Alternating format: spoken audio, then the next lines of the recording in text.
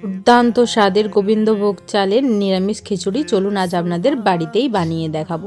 তার জন্য আমি একটা ট্রের মধ্যে সব কিছুই নিয়েছি মুগ ডাল, অবশ্যই মুগ ডাল লাগবে নিরামিষ খিচুড়ি বানানোর জন্য। আর নিয়েছি গোবিন্দভোগ চাল, ফুলকপি, বরবটি, গাজর, আলু কেটে নিয়েছি, আদা বাটা নিয়েছি, আর অল্প করে নিয়েছি রাঙা আলু। প্রথমে আমি মুগ ডালটাকে হালকা আঁচে ভেজে নেব, একদম শুকনা খোলায়। আপনারা কি করবেন, কড়ার উপরে মুগ ডালটা দিয়ে হালকা ভেজে নেবেন। প্রথমে ভেজে এই যে নামিয়ে আমি ধুয়ে নেব মুগ ডালটাকে। এবার একটা কড়ার মধ্যে জল দিয়ে আমি মুগ ডালটাকে ধুয়ে প্রথমে সেদ্ধ বসিয়ে দেব। আপনারা নিরামিষ খিচুড়ি বানানোর জন্য গোবিন্দভোগ চালের প্রথমে ডালটাকে এইভাবে একটু নেড়ে ধুয়ে তারপর সেদ্ধ বসিয়ে দেবেন। আর অল্প করে একটু হলুদ দিয়ে দিলাম। কিছুটা সেদ্ধ হয়ে গেলে, যখন অল্প কিছু সেদ্ধ হয়ে যাবে, তারপর গোবিন্দভোগ চালটা দেখুন আমি ধুয়ে তারপরে অ্যাড করেছি। আপনারা প্রথমে গোবিন্দভোগ চাল অ্যাড করে দেবেন না, তাহলে কি বলুন তো, খিচুড়িটা একদম গলে যাবে, খেতে ভালো লাগবে না। তাই একটু ডালটা কিছুটা সেদ্ধ হয়ে যাওয়ার পর তারপর দিয়েছি। আমি এবার এইদিকে সব কিছু সবজিগুলোকে এক এক করে ভেজে নেব। আলু নিয়েছি, আলুটাকেও ভেজে নেব। অল্প লবণ আর একটু হলুদ দিয়ে আমি ভেজে নিচ্ছি। আপনারাও এইভাবে একটু একটু করে ভেজে নেবেন। দেখুন আমার ভাজা হয়ে গিয়েছে, নামিয়ে রাখবো। এক এক করে সব সবজি ভেজে নেব।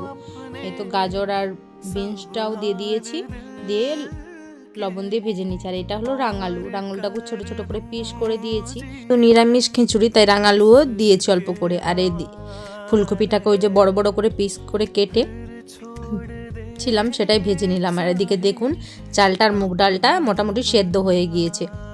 ঠিক এই মুহূর্তে আমি যে সবজিগুলো ভেজে রেখেছিলাম সেইগুলোই সব অ্যাড করে দেব।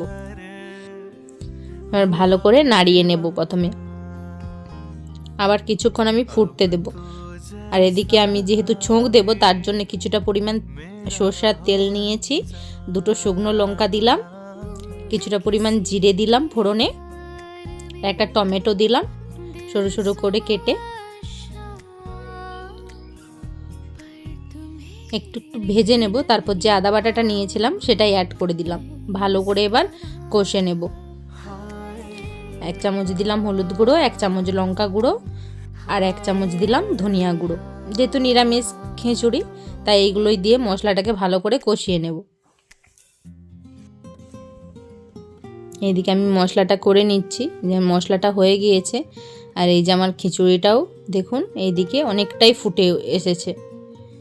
সবজিগুলো একটু সেদ্ধ হতে দেবেন, তারপরে মশলাটা লাস্ট মুহূর্তে আপনারা মশলাটা দিয়ে দেবেন, যে মশলাটা তৈরি করবেন। একদম সিম্পল মশলা, বেশি কিছু দেইনি। আর অসাধারণ স্বাদ হয়। মানে এই যে নিরামিষ খিচুড়ি, এই খিচুড়ির মানে স্বাদ দুর্দান্ত হয়ে থাকে। আপনারা বাড়িতে অবশ্যই, যেহেতু সবজির সময় সব সবজি পাওয়া যায়, সব সবজি দিয়ে অবশ্যই করে দেখবেন। আর এই যে এবার লাস্ট মুহূর্তে আমার হয়ে গিয়েছে, তার সেই সময় আমি স্বাদ মতো লবণ দিয়ে দেব, আর অল্প করে চিনি। যেহেতু নিরামিষ খিচুড়ি বানাচ্ছি তাই অল্প করে চিনি দিলাম। চিনি দিয়ে ভালো করে মিশিয়ে একটু ফুটিয়ে নেব। দেখুন ভালো করে মিশিয়ে আমি ফুটিয়ে নিচ্ছি। দেখুন কত সুন্দর হয়েছে না দেখতে। একদম দেখুন সব আমার চাল ডাল মোটামুটি ভালোই গলে গিয়েছে, ডালটা খুব সুন্দর হয়ে গলে গিয়েছে। আর উপর থেকে দিলাম বাড়ির তৈরি একটু গরম মশলা দিয়ে আবার ভালো করে নাড়িয়ে নামিয়ে নেব। আমার ব্যাস একদম সিম্পলভাবেই তৈরি আমাদের নিরামিষ খিচুড়ি।